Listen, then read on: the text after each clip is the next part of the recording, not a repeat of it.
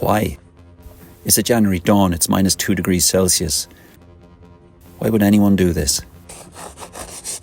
We're going to launch in time for a sunrise raid on the Irish Sea. First we'll do the trip, and then we'll look at why. Joining us today will be a second rib for safety and for company, but the rib that joins us today is also one of particular significance for me personally.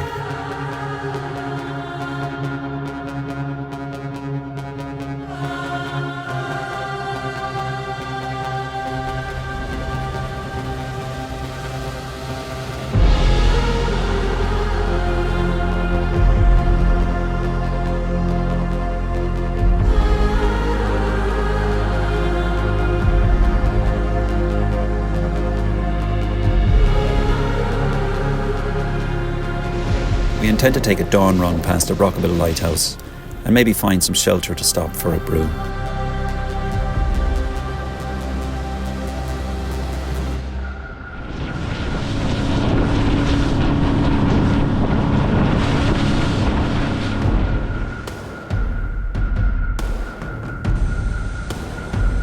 The forecast was variable 3 knots, possibly in fog.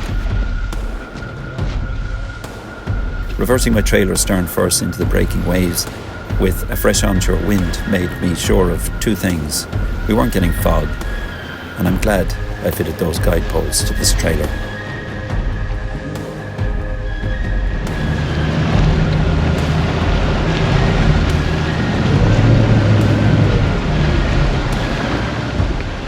Most of my rib work in the past has been davit launched from bigger ships, and whilst that has its own challenges in a 5-metre swell off Bird Island, with the whole ship's crew watching on because a crew change depends upon you getting the job done, I still feel here with my trailer backing into the wind and waves that I am a beginner, and I am in this.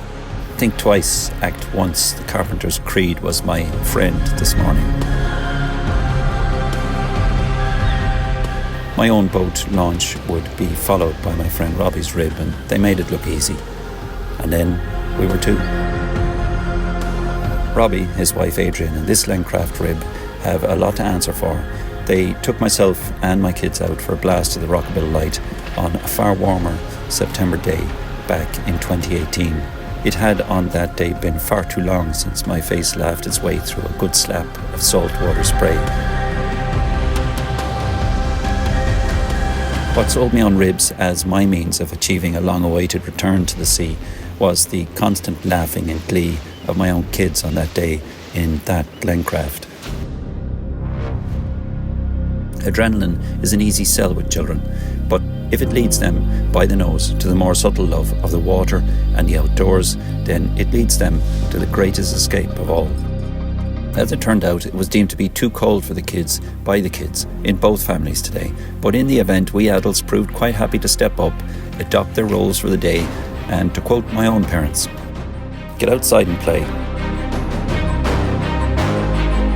Having 2 boats was a great comfort on such a winter's day. Although we launched right next to the lifeboat station, it felt like the second boat, all but ensured we would not be the cause of any RNLI bleepers going off in Skerries town on this chilly January morning.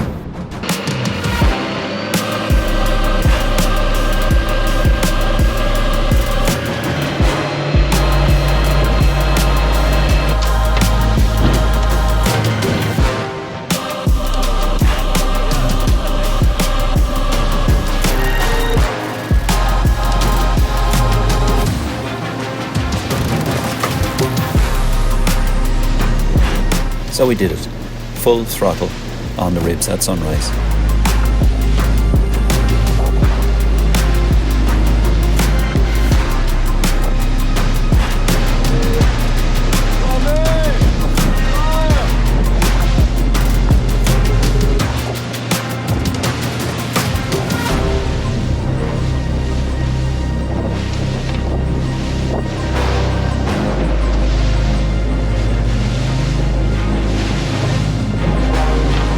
Sunrise over the water is twice as good as it is on land, for the simple reason that what unfolds above you is reflected beneath you.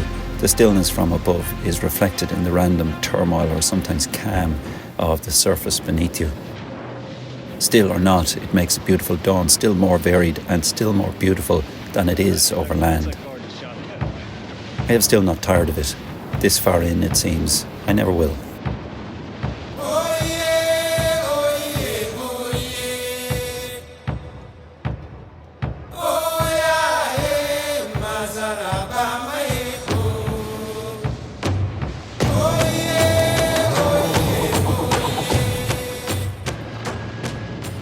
There is more than beauty to the dawn. There is something more primeval than that. The light bores into your mind and triggers the responses born of an eternal rhythm of beginning.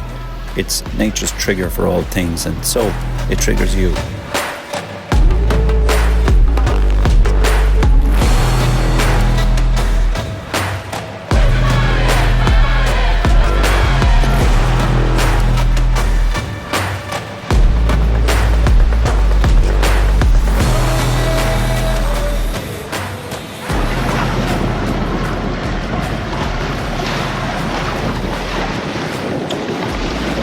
In the northerly wind and chop, this pier was not going to be a comfortable stop, so we motored on. The brew would have to wait. What do you reckon? We can do a lap of the island, I suppose. This is a Rockabill lighthouse built in the 1850s and manned until 1989. How many storms its 83-foot tower must have withstood? I believe that now it only temporarily accommodates wardens at certain times a year due to protected bird species that nest here.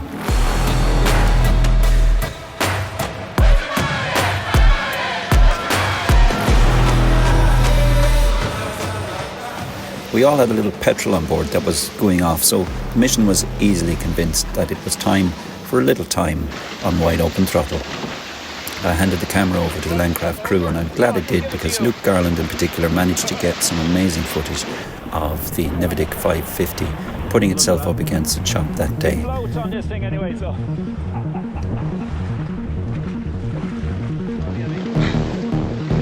running already, so...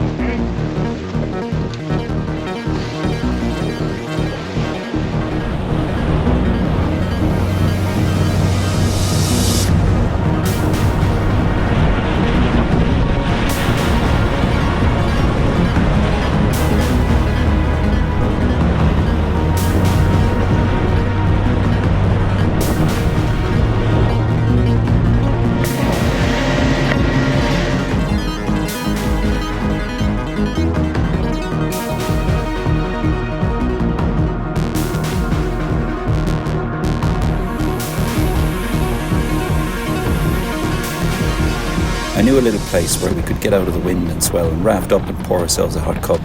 It was just around the eastern head of Lambay Island.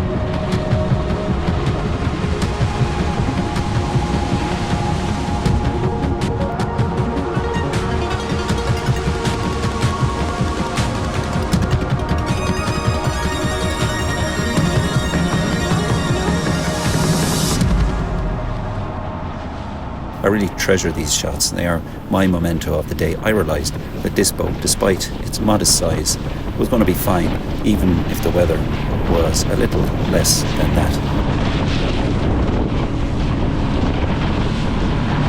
As we approached the headland, we first passed the area where the steamship Shamrock hit the rocks with a cargo of munitions, some of which still remain on the seabed, along with her boilers.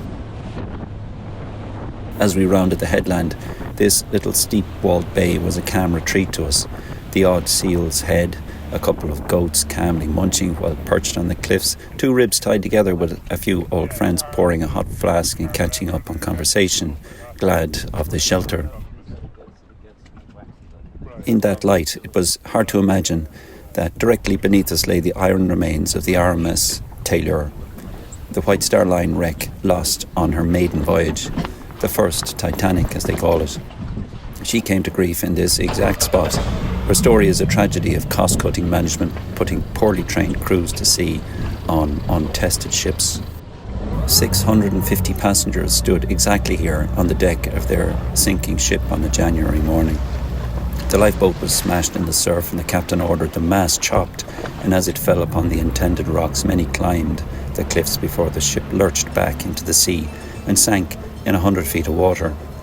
Some climbed the masts where she came to rest and waited the 14 hours it took for rescue. This was in January. The endurance that this must have taken was not hard to imagine after today. It's a dark story in what was for us a bright reprieve, but it's only in remembering our folly that we are not doomed to repeat it. It's only through that endeavour that we and others can be here to enjoy this rugged coast at this harsh and unforgiving time of year.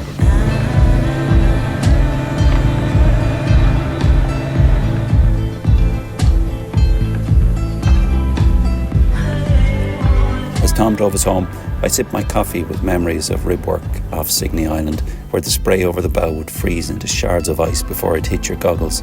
Not today though. Maybe a little too much salt in my lens, but no ice.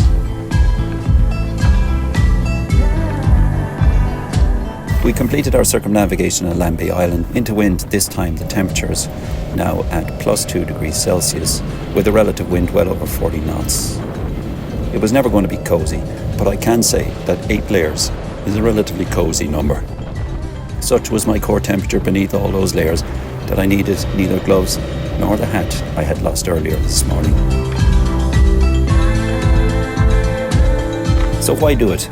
Why set the alarm at 5 a.m. to haul a boat and launch it into the last of the night? Would it not be more fun in summer? What I would say on that is that if the man who got off a boat trip like this could ever meet the same man who procrastinates before it, then the latter would be lost forever. All the little reasons why it cannot happen would be shown up for just what they are.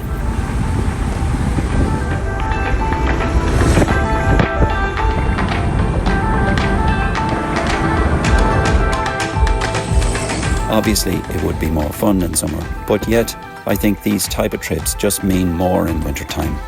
In the absence of all the time outside in summer, they are just more important in winter. Outside is more important in winter. Like food in a famine, getting outdoors in the wintertime quite simply means more. This is why.